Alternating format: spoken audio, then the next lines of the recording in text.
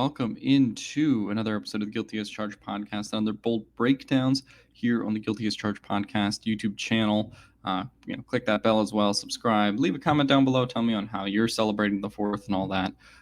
But I did want to get into this week in Chargers news and talk about a couple topics that either we just didn't get to on the podcast or we're not recording another podcast until Wednesday. So maybe these stories could get lost in the shuffle, but I still think they were worth talking about for what it's worth. And so let's just dive right in. So the first story that I did want to talk about was one Philip Rivers, who kind of reemerged. A lot of people have been asking him, at various times to kind of comment on Justin Herbert. Obviously, he's been away from the team for 2 years now, since he left the Colts and then retired after the season. And this was from the Crane and Company podcast over at the Daily Wire.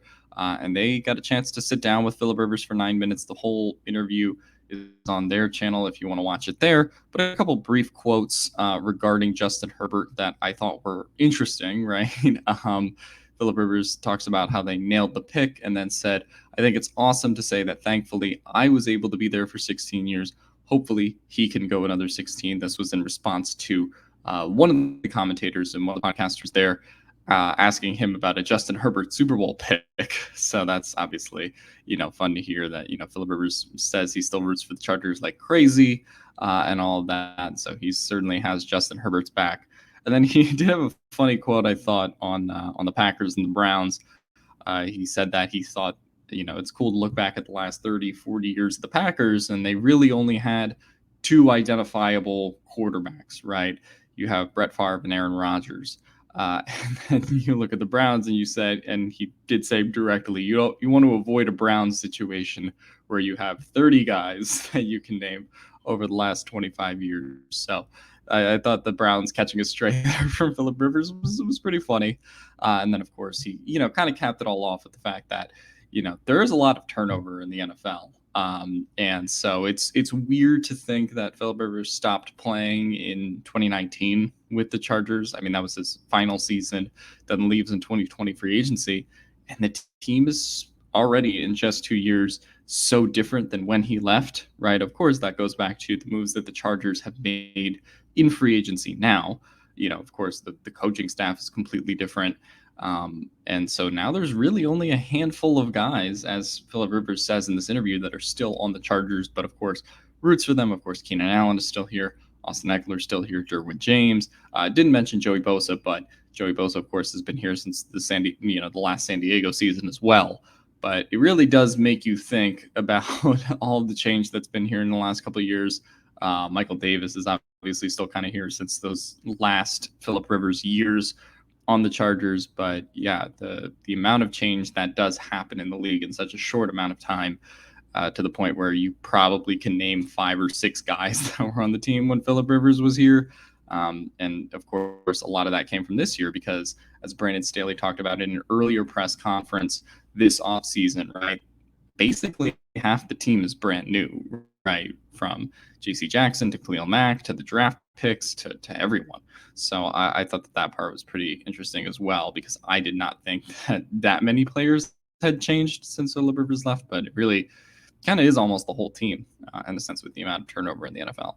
But I thought it was cool to see he's still rooting for Justin Herbert. And, the idea of a Justin Herbert Super Bowl is obviously really fun to think about. But the fact that he, still roots for the Chargers, even though he's still on the sidelines coaching football in Alabama, really cool to think about. And hopefully one day the Chargers do find a time that works for him to retire 17, because it should absolutely be retired. All right. The next story that I wanted to go to, by the way, you can go check out the interview and the podcast on another channel. I just don't want to get copyright striked, so I'm not going to play the interview here, but you can go find it. There's clips circulating on Twitter, too, from people like the Rad and others, so you can go find the clips there. But the next story that I do want to talk about is that the wait continues on Derwin contract watch. So this was from Arjun about 2 weeks ago. After the Minka Fitzpatrick extension dropped, he dropped his Derwin James kind of projection / what an extension could look like, and talked about a couple numbers, right? He projected a 5-year, $94 million deal, 18.8 average annual value, which is a 3% increase over Minka. I believe Minka ended up getting 18.4, 18.5, and then a $23.75 million signing bonus, 49.7 in total guarantees, and a 57.25 million in a 3-year stretch of that contract. So I thought it was an interesting template, based on how contracts work around the league. And Arjun was dead on with J.C. Jackson and a couple other of the Chargers free agents in terms of the money they ended up getting. So I really trust his analysis when it comes to looking at Derwin James and the contract situation. But even though this isn't news per se, right, we're not getting an update on Derwin James, I do think it'll be interesting to see as we go into the summer, before training camp, potentially after training camp and before the season. There should be real motivation for the Chargers to get a deal done here. We've obviously heard plenty of sources talk about how they're in talks on a deal, but with Jesse Bates looming in the distance after this Minkah Fitzpatrick extension, it would really help the Chargers if they are proactive. Of course, Derwin James is going to get a similar amount of money either way. He's Derwin James. He's a former All-Pro, one of the top 5 safeties in the league when he's healthy. You could argue he's one of the top 3 safeties in the league when he's healthy. But I think for the Chargers to make this move here, to show that they're committed to their defensive rebuild, to show that they're committed to their, biggest defensive star, arguably, other than Joey Bosa, I think would be a huge move for them as a franchise. And, this contract seems relatively reasonable. When I was thinking of a Derwin extension, even prior to the Fitzpatrick extension, I just sort of thought, based on the number of safeties that would be paid in that time period, that Derwin would probably eclipse 19, eclipse 20. To get him for 18.8 in terms of average annual value, I'm not saying that's not a lot, but considering how the cap is going to increase as well, it's not a ton, right, to pay for 4 or 5 years, depending on how that ends up working out. Minka obviously got a 4-year deal. It's a pretty decent deal for the Chargers if they can get it done in those parameters as well. Obviously, the injuries are the thing that kind of clouds the Derwin James contract compared to some of the other deals around the league, compared to Minka, compared to what Jesse Bates might get. Obviously, Jamal Adams kind of got injured in Seattle after he got his contract extension, so that didn't really play a lot into it. But yeah, in terms of, for someone who has missed such a large amount of time as Derwin James, Arjun sort of pointed that out as a reason he didn't think Derwin would get to 19 million or 20 million, and why the guarantees might be slightly different in his contract just based on playing time and things like that. So I think that that's going to be interesting to see in this contract negotiation, because it sort of takes two sides to tango, right? It takes two sides to kind of come to a deal. But I do think how the NFL and how the Chargers specifically view Derwin James, despite, the large portions of seasons missed to injury, that's going to be the big question heading into this contract extension. Personally, I've said it tons of times on the podcast. Give Derwin James what he wants. Give him a stake in the franchise. I've seen how this defense plays with Derwin. I've seen how it plays without, and it's not tangible. It is not realistic to expect defensive success without Derwin James. Brandon Staley needs him. The Chargers need him as a team. He's a great leader, and to me, I'm on team. Give him whatever he wants. If it's 5 years, 100 million, I'm doing it. If it's 4 years, 80, I don't care. But again, this was Arjun's projection of 5 years, 94 million, which could end up being what he gets. Of course, we're still going to wait on that Derwin contract extension, and I do have a strong belief personally that it will happen before the season starts. All right, the last story that I kind of want to talk about here that I just thought was interesting, ESPN Insider actually did this article. Let me get the author's name right. This comes from Ben Lindsay from ESPN Insider, and this was, some good content I just thought to talk about, and basically what they did here in this little experiment was they used some of the PFF database grades for every, projected starter for a team in 2022. We'll get how this kind of can get a little bit murky depending on who you have in those starter roles in a second.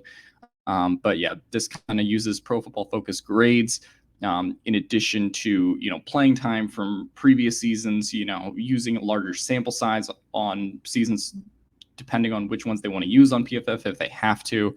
But they basically ranked the 32 rosters via PFF grades, and seeing who those starters ended up being.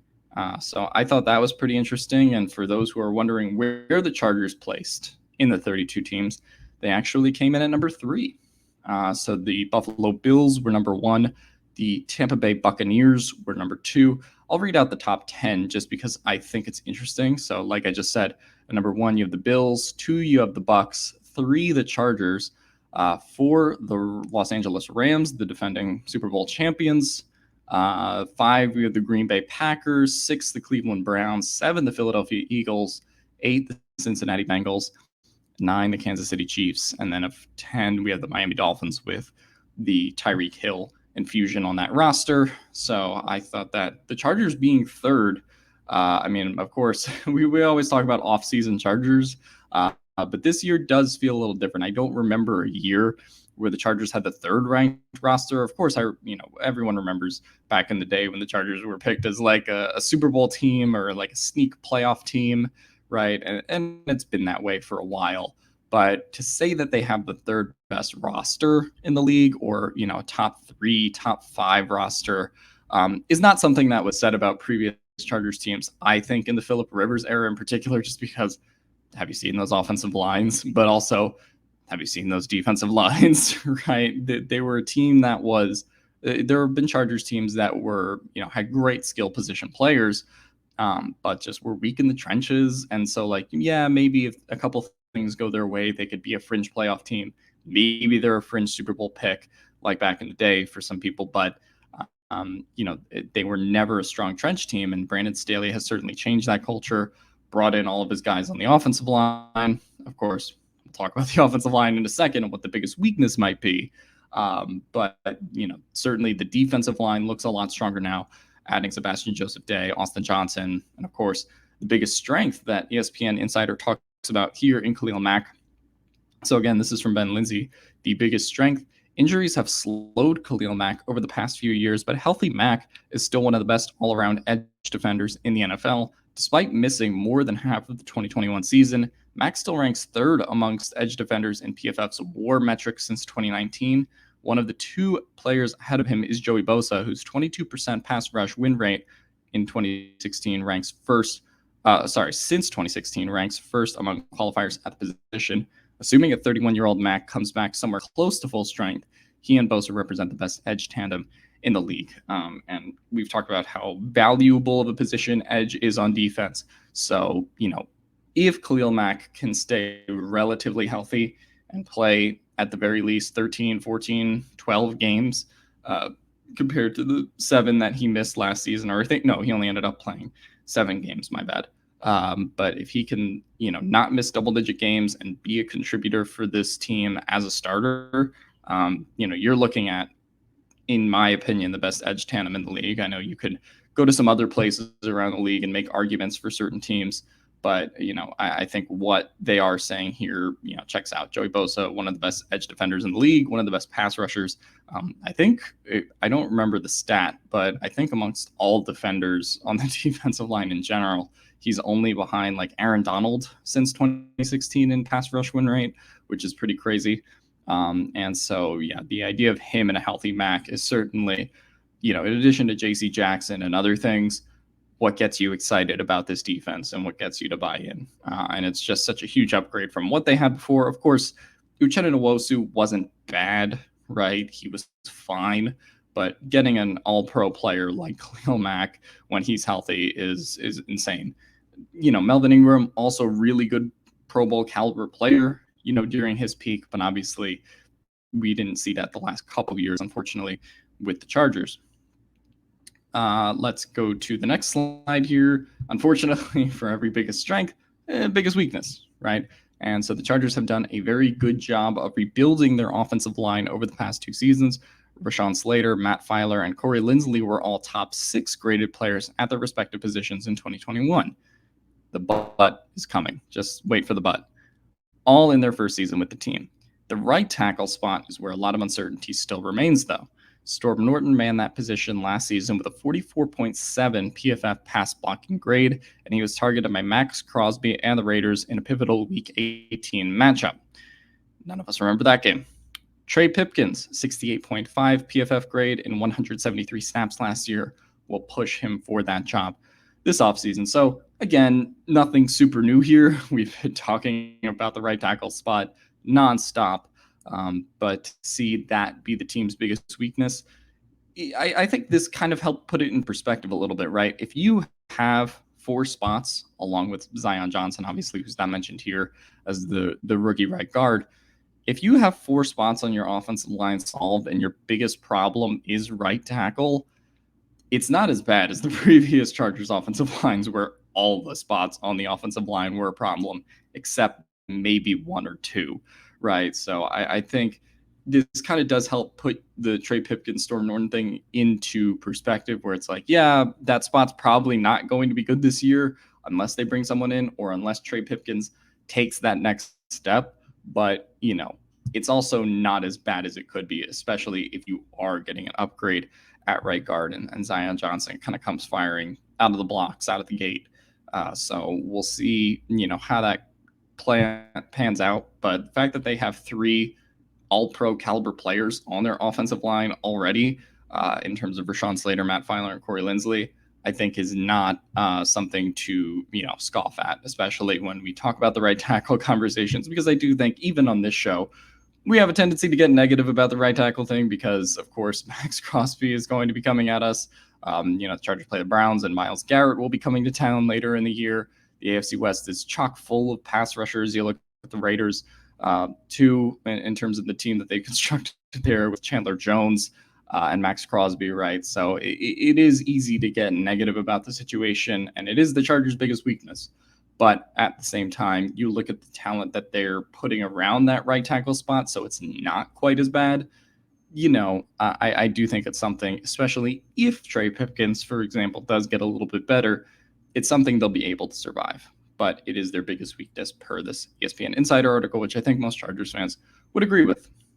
The X Factor. So I thought this was pretty interesting. We did our top 10 most important Chargers rankings, so not necessarily the best players. Steven and Tyler, I sort of overthought it. I did not put Sebastian Joseph Day in my top 10. Both Steven and Tyler did. And I sort of did that for the perspective of positional value, right? I sort of just went, well, Joey Bosa's an edge, Khalil Mack's an edge, right? Like they are more important players than Sebastian Joseph Day. But, Sebastian Joseph Day was really brought in to clean up this run defense, right? He was brought in for one reason, as they say here, to improve a run defense that ranked 27th in the league in expected points allowed per run player last season. Joseph Day was an unheralded part of the Rams' top 3 run defense in 2020, ranking second among all interior defensive linemen in run stops with 30. He'll be asked to play a similar role for the Chargers on a defense in need of a run-stuffing presence. So, again, who's the most important player on the Chargers kind of depends on how you're asking that question, right? Like if for those who remember when we did that live stream and did that video, but I think Sebastian Joseph Day and his performance is very important on the defense because if they can get even a moderate upgrade over what they have last year and go from 27th in the league in expected points allowed per run play to 17th, if they can get to 15th, that is a huge upgrade, right? It is kind of, I liken it to the special teams last year, right? We talk about how the Chargers were bottom of the league for most of the year in special teams. Probably halfway through the season, they were like 32nd, 31st. Then they bring in Dustin Hopkins, right? Then they made the change and put Andre Robertson. And for the second half of the season, they were a much better special teams team than they were in the first half with KJ Hill and Tristan Vizcaino, obviously. Still had the Ty Long problem, but for what it was, their special teams in the second half of the season was an upgrade over the first. So I kind of liken this to what you want to see between the 2022 run defense and the 2021 run defense. And that's why Sebastian Joseph Day, Austin Johnson, obviously, are going to be so important in terms of how this team turns it around. But I do think also probably because Sebastian Joseph Day obviously got injured last year, didn't play down the stretch of that Rams playoff run. He'll have something to prove in addition to the Chargers having something to prove as a run defense. So I think you could choose a lot of people for X factor on the Chargers in terms of who's going to be the most important, who's the biggest upgrade. J.C. Jackson is another name you could choose, for example. But I think Sebastian Joseph Day is a great choice, and Steven and Tyler have both pointed that out in the past as well. And so this was the final kind of starting lineup, if you will, that they put together with PFF scores, or the ones that they calculated that put the Chargers third in the league over, some of these other teams, obviously behind the Bills, who are at number 1, the Buccaneers, who are at number 2. So you can kind of point to a couple things here. The Trey Pipkins 54.8 PFF grade is actually because that's his 2021. Let me say that in a less confusing way. That is his 2020 PFF grade, not his 2021 PFF grade. So based on sample size and where they got that from, Zion Johnson's PFF grade obviously is from his college season, right? So that is not a pro transferable thing, but it's what we're able to use for someone like Zion Johnson. Kenneth Murray, I'm not sure where they got his PFF grade from exactly, but I do think they used a larger sample size from 2020 as well. Khalil Mack obviously was not healthy for large portions of last year. So I think they also used a different PFF grade than the 2021 version of Khalil Mack. But this is what they put together. And for what it's worth, the most interesting thing to talk about would be this thing over here. Morgan Fox projected as the starter over Jerry Tillery. Now, if you go solely based off PFF grade and what we've seen on Jerry Tillery the last 4 years, that sounds like it makes sense. But I do still believe in my heart Jerry Tillery, unfortunately, or fortunately, depending on who you ask, is the starter. Morgan Fox qualifies with a 55.7 PFF grade here. If you look at Jerry Tillery's PFF grade, it was a 45.9 last year. So Morgan Fox certainly is better. Whether he'll, prove that in training camp is left to be seen. Because to me, I would still pencil in Jerry Tillery for that starting role, as the defensive pass rusher, if you will. Obviously, that can change if Morgan Fox, kind of wins the camp battle or gets a lot of attention from the coaching staff in that way as well. But right now, I would say that's the only mistake I see here. And it's not even a mistake necessarily. Morgan Fox may very well end up starting in that role. But as we do sit here today, that role does belong to Jerry Tillery. And of course, the right tackle spot is something to watch as well. I do think the job will end up going to Trey Pipkins. I know Steven is not necessarily a Pipkins believer, and I'm not necessarily a Pipkins believer either. But I do think he'll get the job over Norton because of upside.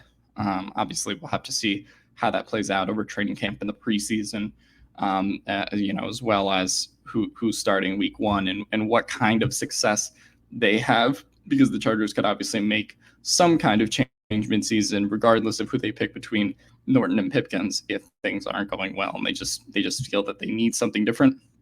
Something else to point out here is that Michael Davis, obviously not listed as a starter. We do expect Michael Davis at this point to be a second teamer, but he's someone that you might want to factor into a PFF grade here, right? I believe he was graded in like the high 60s, low 70s. That's sort of where he's been on PFF recently. But obviously they kind of take the starting quarterback trio being JC, Asante, and Bryce, with Michael Davis rotating in as sort of your CP4. So, that's kind of a couple interesting things that could happen via the PFF grade changing and sort of, who ends up starting, depending on how good this lineup could be, or slight fluctuations that could push the team down to 5 on these ESPN rankings, or could have them a little bit higher on these ESPN rankings. So, that's going to be interesting to watch going forward. But let me know what you guys think of the Charger stories of the week down in the comments below.